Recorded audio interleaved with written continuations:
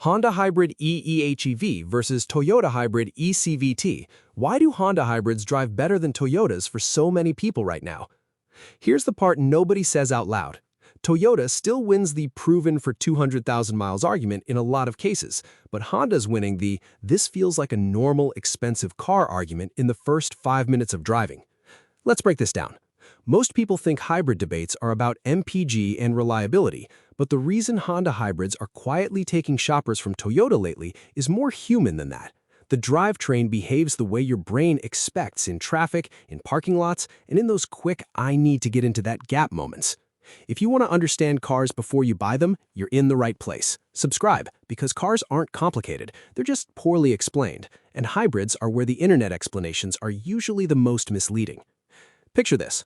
You test drive a Toyota hybrid. It's smooth, it's efficient, it's exactly what you expected. Then you get into a Honda hybrid, pull out of the lot, and within 2 turns you go, "Wait, why does this feel more natural?" That's not imagination. There are real engineering reasons for it.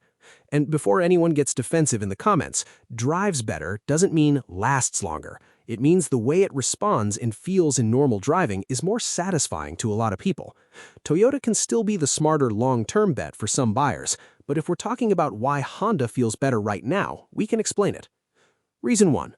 Honda's eEHEV is electric motor driven more often in normal driving, and that's why it feels EV-like in traffic. Honda's current hybrid system, the one they've described for years under IMMD and now eEHEV, is basically designed to let the electric traction motor do a lot of the actual driving in low speed and stop-and-go conditions. In plain English, in the city it often behaves like an EV first and a gas car second. The engine frequently runs to generate electricity, and the traction motor delivers the torque to the wheels. So when you touch the pedal, you're getting electric motor response. Immediate, smooth, no waiting for a downshift, no engine wind-up before the car moves. And that's the key. Moves first. Your body loves that, because most of the little annoyances people hate in normal cars happen right here. You tip in the throttle and the transmission hesitates. The engine revs, but the car doesn't go right away. It drops a gear a little late. It feels jumpy in a parking lot. Electric motors erase a lot of that. Toyota's system is brilliant too, but it's a different vibe.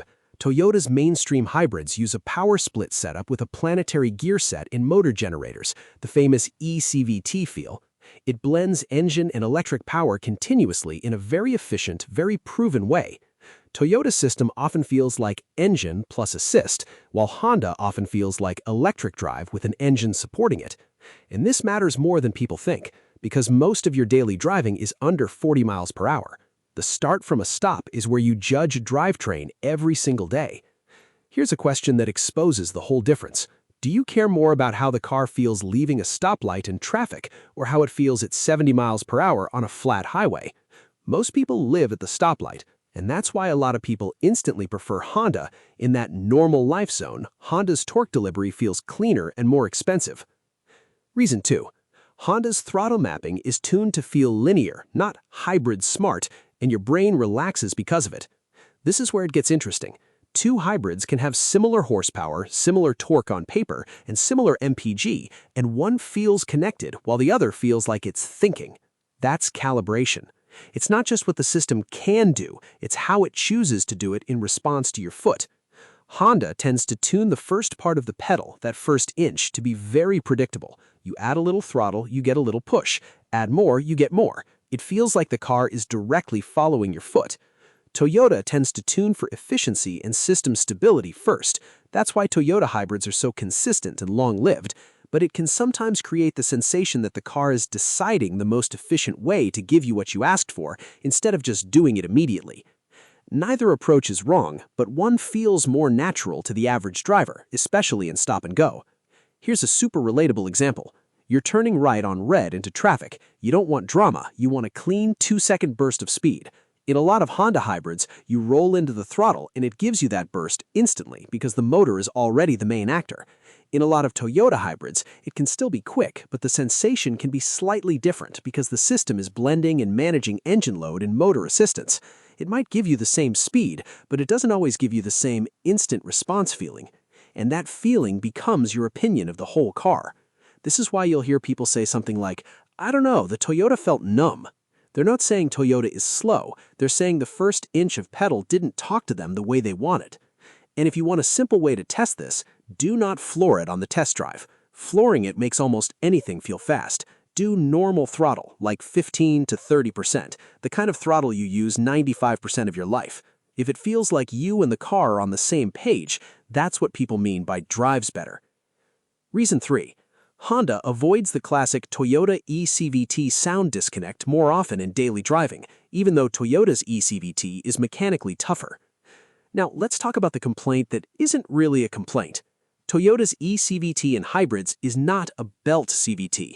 Mechanically, it's a power split transaxle with a planetary gear set, gears and oil, and it's one of the reasons Toyota hybrids can rack up insane mileage. But the sound character under acceleration can still feel weird to people, because an eCVT hybrid can let the engine rev to an efficient RPM and kind of hang there while the car continues to gain speed. That's efficient, it's doing what it's designed to do, but your brain grew up on stepped transmissions, where RPM and speed rise together in a familiar rhythm. So some people interpret Toyota's behavior as droning, even though nothing is slipping. Now, Toyota knows this bothers people. That's why modern Toyota hybrids increasingly use software tricks like simulated shift steps under acceleration in some models. They're trying to make the sound match what your brain expects. But here's the thing. Even if Toyota improves the sound, the basic character of an eCVT is still let the engine sit in a happy place. Honda often hides that sensation in daily driving because the motor is doing the pushing and the engine is often a generator in the background. Your body feels smooth, immediate acceleration, so your brain complains less about the engine note. And yes, Honda can still rev in a detached way sometimes too, especially when it's generating hard or switching strategies. But in normal, low-speed life, Honda tends to trigger fewer moments of, why is it doing that? Here's a very specific scenario where this matters: creeping traffic. Creeping traffic is where hybrid personality gets exposed because you're constantly doing tiny throttle changes. Move 8 feet, stop. Move 6 feet, stop. A lot of people hate when the engine keeps butting in and out in a way that feels clumsy. In many Hondas, because the motor is the main driver in that situation, the creeping feels smoother and quieter. It just rolls. That's a quality of life win you can't appreciate until you live with it. And if you want a test drive move that reveals this fast, find a parking lot, do a slow crawl, then gently accelerate to 25-30 miles per hour like you're leaving a store. If the car feels smooth and electric without weird engine involvement, you're feeling what Honda is doing well. Reason 4, Honda's highway plan is smarter than people assume. The direct drive clutch mode reduces the engine to electric to motor penalty at cruise. A lot of people repeat this simplified take. Honda hybrids are basically series hybrids, so they're only good in the city. That's outdated. Honda's HEV system can mechanically connect the engine to the wheels at steady higher speeds using a lockup clutch and a fixed ratio. The whole point is, when conditions make sense, Honda reduces conversion losses and cruises more directly. So the system isn't just engine makes electricity forever, it's more like motor drives most of the time, but if the highway cruise is steady and the engine can be efficient, connect it. This is described in Honda's own technical explanations of the two-motor system, and you can see the results reflected in official fuel economy ratings. In the US, fueleconomy.gov is the clean reference, where Honda hybrids can be very competitive on highway numbers, depending on model and trim. Now, here's the honest nuance. This direct drive strategy can also create behaviors some drivers notice on rolling hills. If you drive fast in hilly terrain, the system may decide to switch between direct drive and hybrid drive more often, and the engine character can change as it does it. Toyota's power split system often feels more consistent there, because it blends continuously without the same kind of lock-unlock personality shift.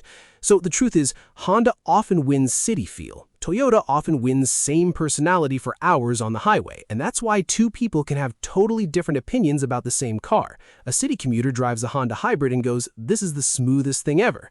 A highway commuter in rolling hills drives it and goes, "Why does it wake up so much on grades?" Both are right. They're just living in different parts of the system's behavior. Reason 5, Honda is quietly winning on brake feel, and that's a bigger deal than most people realize. Hybrids don't just change how you accelerate, they change how you stop. Because hybrids blend regenerative braking with friction braking. When you slow down, the car tries to use the electric motor as a generator to recover energy, then it blends in the normal brakes to finish the job.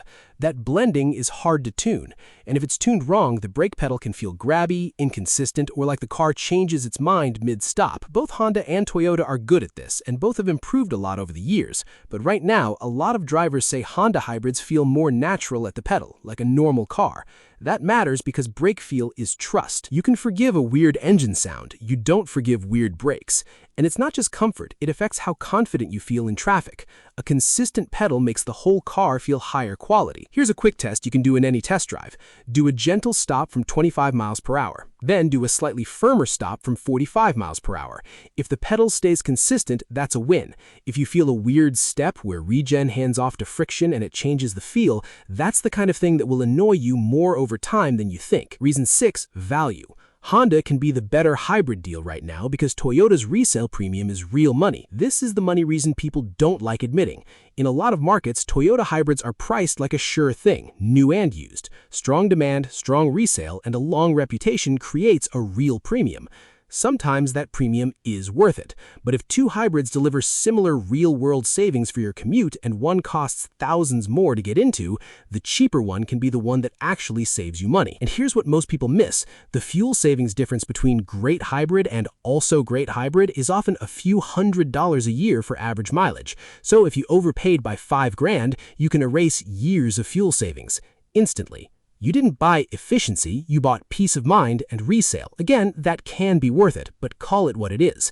This is where Honda quietly wins. Sometimes the Honda hybrid is the one you can buy at a fair price, with excellent real-world MPG without paying the full Toyota premium. Now, trust moment, because if I stop here, it sounds like Honda wins everything, and that's not reality.